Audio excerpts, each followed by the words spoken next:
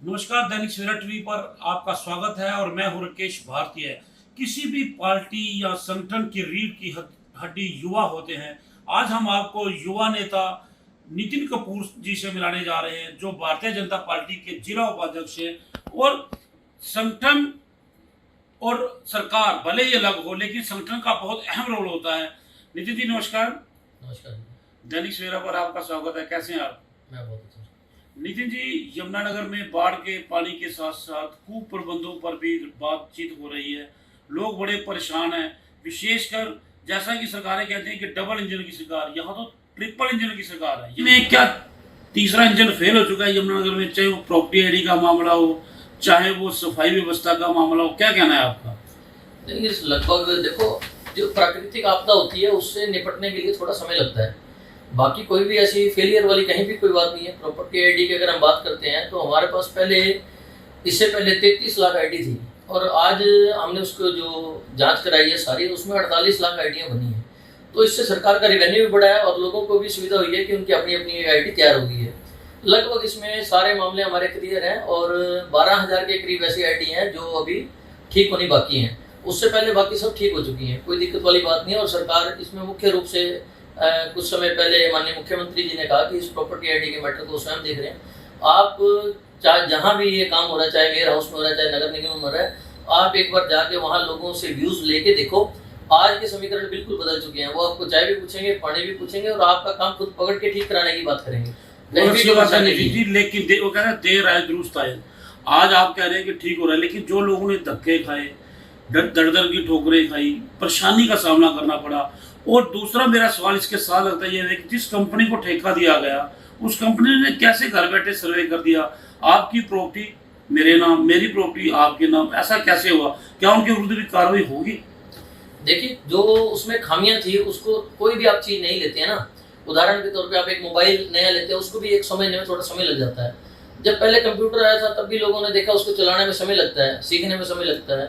तो जब ये प्रॉपर्टी आईडी का मैटर आया था तो जब एकदम से इसको लागू किया गया, थोड़ा आने में इसको समय भी लगा। कुछ चीजें जांच पड़ताल का विषय भी थी। अब जैसे मैंने आपको बताया 33 लाख से 48 लाख, तो लगभग 15 लाख आईडी अगर नई जनरेट होगी तो उसमें कई चीजें हैं। उसमें दिक्कत ज्यादा कहीं नहीं आ रही है। मान लो आपका 500 गज का प्लॉट है, आपने उसमें से 200 गज का एक टुकड़ा बेच दिया, तो 300 गज का आपका पहले ही अप्रूव्ड था, 200 गज अनअप्रूव्ड दिखा रहा था। ठीक है जी। अब उसको ठीक करने में समय और उसके डॉक्यूमेंट तो लगेंगे। वन टाइम उसको बुला करके ठीक किया गया, किसी को ज्यादा कोई दिक्कत नहीं है। अगर दिक्कत आई है तो सरकार उनके साथ खड़ी मिली है। नितिन जी, जो आपने प्राकृतिक आपदा कही है, यदि सब कुछ ईश्वर ने ही करना है, करते तो वही है, लेकिन सरकारें किस लिए, जन नुमाइंदे किस लिए? तो उसका जो मापदंड है ना, वो अलग टाइप के होते हैं। अब एकदम से आई तो आप कोई भी देख लो, चाहे हम हिमाचल की बात करें, पंजाब की बात करें या दिल्ली की बात करें, आप सभी जगह कहोगे कहीं भी काम नहीं हो रहा है। ऐसा तो नहीं है, काम तो हुए हैं, पहले उसको देखा भी गया। लेकिन जब इतना बड़ा कोई भगवान की जब मार पड़ती है तो उसके आगे सब फेल ही होता है। तो अब उसको नितिन जी, ये बात आपकी ठीक है कि ईस्टर्न और वेस्टर्न जो मानसून था वो मिल गए। बारिश भी पिछले 20 वर्षों से ज्यादा 3.13 होती रही है हरियाणा में, लेकिन इस बार काफी हुई है, 30.13 हुई है, ज्यादा हुई है। लेकिन इसके प्रबंध तो कुछ नहीं थे। चौक पड़िया, सीवरेज, मेयर साहब को वहां जाना पड़ रहा है। इसका मतलब हो गया यदि पहले प्रबंध किए होते। चूक मानते हैं या लोगों की तरह राजनीतिक बातें करेंगे? नहीं, हम किसी पे कोई आरोप नहीं लगाते। देखो, नाले को कवर करने के लिए एनजीटी की गाइडलाइन है, उसको हम कवर नहीं कर सकते। और जो नाला ओपन है उसमें कोई ना कोई अगर किसी तरीके की कोई चीज गिरी गई है उसको देखना पड़ेगा। और जब ये ओवरफ्लो होते हैं हमें तभी पता लगा है। ठीक है, उससे पहले भी सफाई आप देखो, जहाँ आसपास के एरिया हमारे यहाँ पे प्रोफेसर कॉलोनी डूब जाती थी बारिश आने में, आज एक बार भी पानी नजर नहीं आया, आपने देखा ही होगा।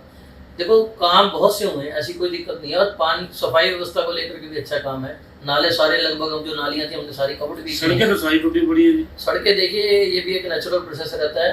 बरसात आने के बाद कहीं ना कहीं दिक्कत भी आती है, टूटती बनती रहती है। लेकिन जितना के गाँव को जाने वाली खजूरी रोड का बुरा हाल है, इस बारे में क्या कहेंगे आप? मैंने बोला ना, ये सड़क जो भी है टूटती बनती रहती है, कोई ऐसी बात नहीं। लेकिन जो यमुनानगर के लिए अहम काम किए गए हैं, आज तक हमें यमुनानगर जिला पिछड़ा ही घोषित किया जाता था, लेकिन जब से भाजपा की सरकार यहाँ पे है, आप ये देखो, लगभग सारे हरियाणा को एक ही आंख से सभी को नापा जा रहा है। कोई भी एक ऐसा विधायक उठ के कह दे कि मेरा कोई काम नहीं किया जा रहा। लगभग सभी को पैसे भी बराबर दिए जा रहे हैं।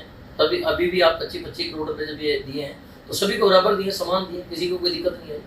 नितिन जी, आपके ऊपर जिले की जिम्मेदारी है, लेकिन आप युवा हैं, आज का युवा अपने आसपास की खबरों को लेकर सचेत है। और सबसे पहले आप भारतवासी हैं, हरियाणा वासी हैं। अरविंद केजरीवाल दिल्ली के मुख्यमंत्री आरोप लगा रहे हैं कि दिल्ली को डुबोने का काम हरियाणा के लोगों ने किया है, हरियाणा की सरकार की वजह से दिल्ली डूबी है। आपका क्या मत है? देखिए, राजनीति करने का ये दोहरा मापदंड केजरीवाल जी के पास ही है। उनके जो हरियाणा के नेता हैं अपना मुंह बंद किए बैठे हैं। अब तो बोल नहीं रहे कि केजरीवाल ने आरोप लगा दिया। किस मुंह से हरियाणा में वोट मांगने निकलेंगे? जब हरियाणा ही हर बात का कसूरवार है तो किस मुंह से वोट मांगेंगे? और पहले बात ये ऐसी है, हमारे जो हथनीकुंड बैराज की ये बार बार बात करते हैं, हमारे पास यहाँ पे रोकने का पानी कोई भी साधन नहीं है। वहाँ पे सिर्फ एक डाइवर्जन लगाया गया, कुछ पानी हम उत्तर प्रदेश को दे देते हैं, कुछ दिल्ली में चला जाता है, इस तरह के डाइवर्जन है। और कोई यहाँ व्यवस्था ही नहीं है। जो ज़्यादा पानी है वो शुरू से यमुना में छोड़ा जाता है। जो छोटी छोटी नदियाँ उनमें इतना पानी नहीं छोड़ सकते। तो ये आपको बेहतर जानकारी है। ज़्यादा पानी छोड़ेंगे तो वहाँ ज़्यादा दिक्कत आएगी। जो बेहतर होता था वो यमुना में छोड़ा जाता था। अगर केजरीवाल जी ने अब यमुना नहीं साफ की तो उनका ही कसूर है, हमारा थोड़ा ना। नितिन जी, मैं फिर आपके संगठन पर आऊंगा, लेकिन उससे पहले एक सवाल फिर से बाढ़ से जुड़ा हुआ। बाढ़ चली गई, राजनीतिक बातें भी हो गई।